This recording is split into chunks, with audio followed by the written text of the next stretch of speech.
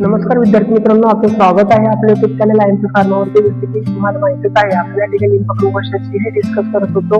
आजचा जो सब्जेक्ट आहे आपला तो आहे हॉस्पिटल अँड क्लिनिकल फार्मसी, जो की डी फार्म सेकंड इयरचा सब्जेक्ट आहे. येणाऱ्या 12 तारखेला या सब्जेक्टचा पेपर आहे. त्याच पार्श्वभूमीवरती आपण असे कोणकोणते क्वेश्चन आहे जे इम्पॉर्टंट आहे ते आपण या ठिकाणी बघणार आहे. तर वेळ वाया न घालवता आपण कोणते इम्पॉर्टंट क्वेश्चन आहे ते डिस्कस करूया.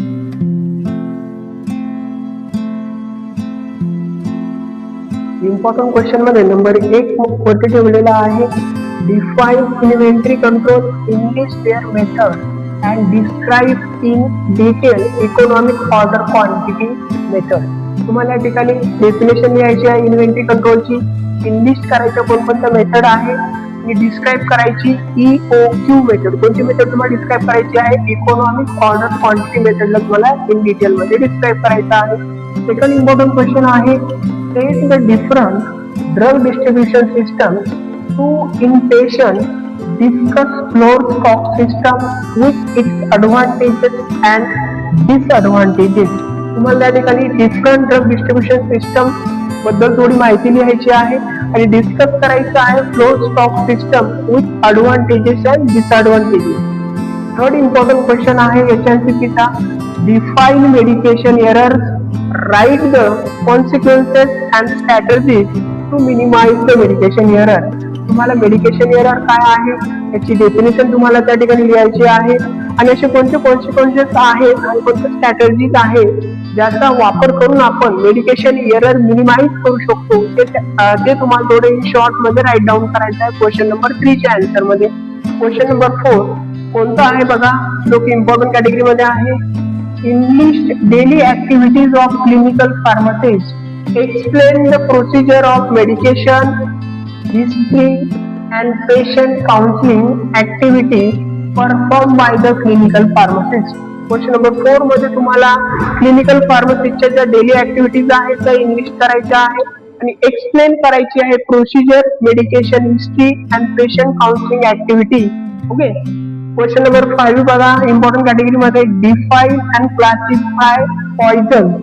English the steps involved in treatment of poison. तुम्हाला या ठिकाणी काय करायचं आहे, डेफिनेशन लिहायची आहे आणि क्लासिफिकेशन लिहायची आहे पॉइझनचं आणि अशा कोणकोणत्या स्टेप्स आहे ज्या की पॉइझनिंगच्या ट्रीटमेंट मध्ये आपण यूज करतो त्या स्टेप्स तुम्हाला इंग्लिश करायच्या आहे इन शॉर्ट मध्ये. ओके.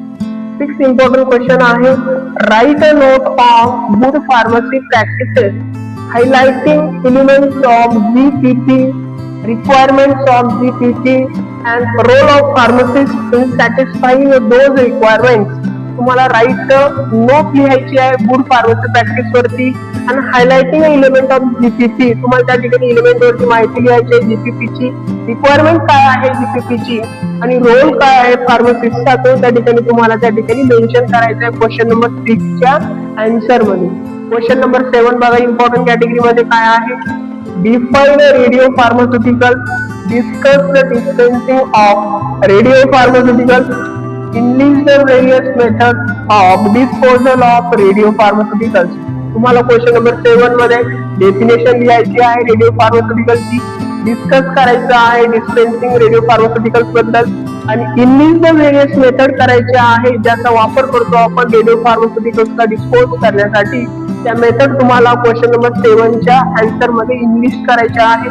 क्वेश्चन नंबर 8 जो की इम्पॉर्टंट कॅटेगरी मध्ये आहे, right a note on total parental nutrition including it's definitions, content and indication for use. तुम्हाला क्वेश्चन नंबर 8 मध्ये राइट अ शॉर्ट नोट लिहायची आहे parental nutrition, that is a total parental nutrition वरती including definition सुद्धा लिहायची आहे, कंटेंट आणि indication सुद्धा त्यामध्ये मेन्शन करायचे आहे. लास्ट तुम्हाला यूज सुद्धा त्या ठिकाणी टोटल पॅरेंटल न्यूट्रिशन बद्दल जे यूज आहे ते सुद्धा त्या ठिकाणी मेन्शन करायचे आहे. 9 नंबर इम्पॉर्टंट क्वेश्चन आहे, what is the meaning of LASA drugs, give the measures to avoid LASA error. तुम्हाला मिनिंग सांगायचं आहे लासा ड्रग्सचा काय आहे आणि कोणकोणते measures to avoid LASA errors आहे ते त्या ठिकाणी तुम्हाला राईट डाऊन करायचे आहे. हा 9 नंबर इम्पॉर्टंट क्वेश्चन होता HNCP साठी. 10 नंबर इम्पॉर्टंट क्वेश्चन कोणता आहे बघा, describe the role of pharmacist in preventing antimicrobial resistance. तुम्हाला काय करायचं आहे, फार्मासिस्टचा रोल डिस्क्राइब करायचा आहे अँटीमायक्रोबियलचं रेझिस्टन्स प्रिव्हेंट करण्यासाठी. क्वेश्चन नंबर 10 मध्ये असं तुम्हाला त्याचा आन्सर लिहायचा आहे. क्वेश्चन नंबर 11 आहे, write about the electronic health record with its advantages and disadvantages enlist the application of computer use. तुम्हाला काय करायचं आहे, इलेक्ट्रॉनिक हेल्थ रेकॉर्ड जे आहे त्याचे ऍडव्हान्टेजेस डिसएडव्हान्टेजेस राईट डाऊन करायचे आहे आणि इनलिस्ट करायचे आहे. कम्प्युटर यूज करून आपल्याला काय काय ऍप्लिकेशन किंवा काय काय फायदे होतात त्या ठिकाणी तुम्हाला क्वेश्चन नंबर 11 च्या आन्सर मध्ये राईट डाऊन करायचं आहे. क्वेश्चन नंबर 12 आहे, define and write the scope of clinical pharmacy. तुम्हाला त्या ठिकाणी क्लिनिकल फार्मसी डेफिनेशन लिहायची आहे आणि कोणकोणते स्कोप आहे ते सुद्धा तुम्हाला त्या क्वेश्चन नंबर 12 च्या आन्सर मध्ये राईट डाऊन करायचं आहे. क्वेश्चन नंबर 13 आहे, what is NABH, write the benefits of accreditation to patients and hospital. NABH चा फुल फॉर्म तुम्हाला या ठिकाणी राईट डाऊन करायचा आहे आणि benefits and accreditation to patient and hospital बद्दल तुम्हाला त्या ठिकाणी राईट शॉर्ट नोट त्या ठिकाणी राईट डाऊन करायचे क्वेश्चन नंबर 13 च्या आन्सर मध्ये. क्वेश्चन नंबर 14 बघा, define PTC and write the composition and function of pharmacy and therapeutic committee.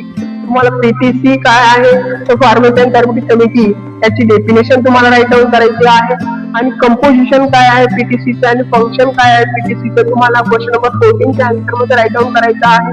Question number 15 जो इम्पॉर्टंट कॅटेगरी मध्ये आहे, write the storage and dispensing of narcotic and psychotropic substances. तुम्हाला या ठिकाणी narcotic drug and सायकोट्रॉपिक जे substance आहे त्याचं storage बद्दल राईट डाऊन करायचं आहे, डिस्पेन्सिंग बद्दल राईट डाऊन करायचं आहे क्वेश्चन नंबर 15 च्या आन्सर मध्ये. आणि लास्ट जो इम्पॉर्टंट क्वेश्चन आहे, इम्पॉर्टंट क्वेश्चन सिरीज मध्ये HNCPचा लास्ट म्हणजे 16 नंबरचा क्वेश्चन आहे, तो आहे FIP basis statement on the future of hospital pharmacy.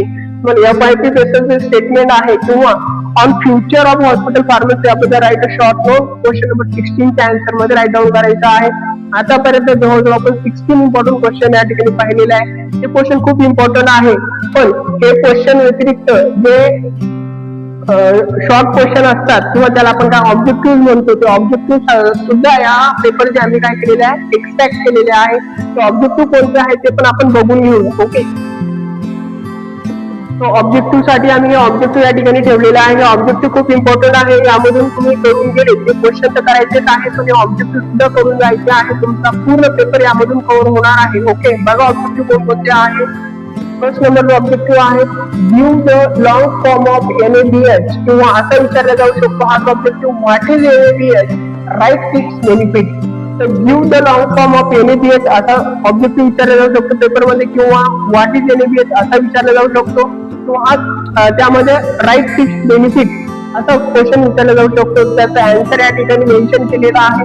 तुम्हाला काय करायचं आहे, व्हिडिओ पाहून घ्यायचा आहे, व्हिडिओ पाहत असताना स्क्रीनशॉट घ्यायचा आहे आणि हे पूर्ण प्रिपेअर करून जायचं आहे. ऑब्जेक्टिव्ह यामधून विचारला जाणारच आहे. सेकंड हे त्या ठिकाणी बेनिफिट सुद्धा त्या NABH चे दिलेले आहे. सेकंड ऑब्जेक्टिव्ह आहे बघा, डिफाईन फार्माकोव्हिजिलन्स. काय आहे सेकंड ऑब्जेक्टिव्ह, डिफाईन फार्माकोव्हिजिलन्स. क्वेश्चन विचारला जाणार आहे ऑब्जेक्टिव्ह कॅटेगरीमध्ये, फार्माकोव्हिजिलन्सची डेफिनेशन द्या. या ठिकाणी फार्माकोव्हिजिलन्सची डेफिनेशन तुम्हाला दिलेली आहे. ती डेफिनेशन काय वाचून दाखवत नाहीये, कारण डेफिनेशन रीड करायला गेलं तर व्हिडिओ खूप लेंदी होऊ शकतो. त्यामुळे मी काय करत आहे, फक्त क्वेश्चन या ठिकाणी सांगत आहे. आन्सर खाली मेन्शन केलेला आहे. तुम्हाला काय करायचं, व्हिडिओ पाहून घ्यायचा, व्हिडिओ पाहत असताना स्क्रीनशॉट घ्यायचा आणि तो राईट डाऊन करून घ्यायचा आहे. थर्ड नंबरचा ऑब्जेक्टिव्ह आहे, give the composition of a universal antidote. तुम्हाला काय करायचं आहे, जो युनिव्हर्सल अँटिडोट आहे त्याचं कंपोजिशन यामध्ये त्याच्या आन्सर मध्ये राईट डाऊन करायचं आहे. ते कंपोजिशन या ठिकाणी क्वेश्चनच्या आन्सर मध्ये तुम्हाला दिलेलं आहे. तुम्हाला परत एकदा तेच सांगतो आहे की व्हिडिओ पाहायचा आहे, व्हिडिओ पाहत असताना स्क्रीनशॉट घ्यायचा आहे आणि आन्सर तुमच्या नोटबुक मध्ये राईट डाऊन करून घ्यायचं आहे. फोर्थ नंबरचा इम्पॉर्टंट ऑब्जेक्टिव्ह क्वेश्चन कोणता आहे बघा, give the dose of BAL antidote, that is a British antileukocyte antidote for a heavy metal or arsenic poisoning. Question असा विचारला जाऊ शकतो किंवा असा विचारला जाऊ शकतो. आन्सर सेमच असणार आहे. त्याचा आन्सर या ठिकाणी मेन्शन केलेला आहे. तुम्हाला काय करायचं आहे, स्क्रीनशॉट घेऊन त्या आन्सर राईट डाऊन करून घ्यायचा आहे. नेक्स्ट इम्पॉर्टंट ऑब्जेक्टिव्ह क्वेश्चन कोणता आहे बघा, give the English translation meaning of the following Latin terms and abbreviation. काही लॅटिन टर्म आहे ह्या तुम्हाला पाहून जायचं आहे की पावडरला लॅटिन मध्ये काय म्हणतात, ऑइंटमेंटला लॅटिन मध्ये काय म्हणतात, मिक्सचरला लॅटिन मध्ये काय म्हणतात, इयर ड्रॉपला काय म्हणतात, वन्स अ डेला काय म्हणतात, ऍट अ बेड टाइमला काय म्हणतात. हे काही टर्म्स आहे याला आपण लॅटिन मध्ये काय म्हणतो असा ऑब्जेक्टिव्ह विचारला जाऊ शकतो. त्यामुळे हे पाहून जायचं आहे. Okay. Next important objective question कोणता आहे बघा. नॉर्मल व्हॅल्यू खूप इम्पॉर्टंट आहे, व्हेरी इम्पॉर्टंट कॅटेगरीच्या मध्ये ठेवण्यात आलेला आहे. नॉर्मल ब्लड शुगर लेवल काय पाहिजे, रॅन्डम ब्लड शुगर लेवल काय पाहिजे, HGOT एक टेस्ट आहे, HGPT एक लिव्हरसाठी केली जाणारी टेस्ट आहे, याची नॉर्मल व्हॅल्यू काय असायला पाहिजे, टोटल सिरम बिलिरुबिन लेवल काय पाहिजे, सिरम क्रिएटिनिन लेवल काय पाहिजे आणि ब्लड कोलेस्ट्रॉल लेवल काय पाहिजे, त्याची नॉर्मल व्हॅल्यू या ठिकाणी मेन्शन करण्यात आलेले आहे. ते तुम्हाला चांगलं रीड आउट करून जायचं आहे. ओके. क्वेश्चन नंबर 7 बघा, जो ऑब्जेक्टिव्ह मध्ये ठेवण्यात आलेला आहे. Antidote for specific poison. Specific antidote आहे जे की स्पेसिफिक पॉइझन मध्ये युज केले जातात. जसे की ऑर्गॅनोफॉस्फरसची पॉइझनिंग झाली तर आपण ॲट्रोपिन प्लस पॅलिडोक्सिनचा वापर करतो. तसे वेगवेगळे पॉइझन्स आहेत आणि त्याचे स्पेसिफिक अँटीडोट आहे. तुम्हाला काय करायचं, पूर्ण प्रिपेअर करून जायचं आहे. व्हिडिओ पूर्ण पाहायचा, स्क्रीनशॉट घ्यायचा. ओके. नेक्स्ट ऑब्जेक्टिव्ह क्वेश्चन कोणता आहे बघा. 8 नंबरचा ऑब्जेक्टिव्ह क्वेश्चन आहे. Number of the pharmacist required as per the bed strength. तुमच्या हॉस्पिटलमध्ये किती बेड आहे, अकॉर्डिंग टू बेड त्या बेडनुसार तुमच्या हॉस्पिटलमध्ये किती फार्मसिस्ट रिक्वायर्ड आहे ते या ठिकाणी दिलेलं आहे.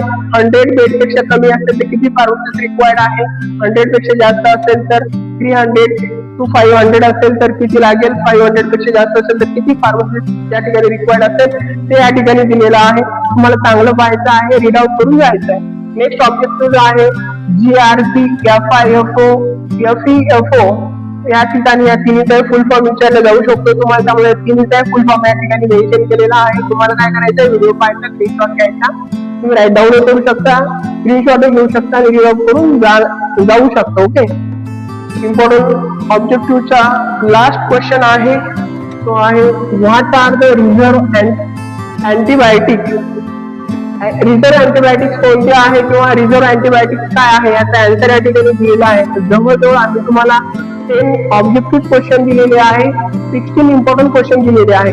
तुम्ही एवढंच केलं तर तुमचा मॅक्झिमम पेपर म्हणजे ग्रेटर दॅन 90% पेपर तुमचा HNCCचा कव्हर होणार आहे. ही मी तुम्हाला खात्री देतो. पेपर दिल्यावर तुम्ही कॅश्युरिटी करणार आहे.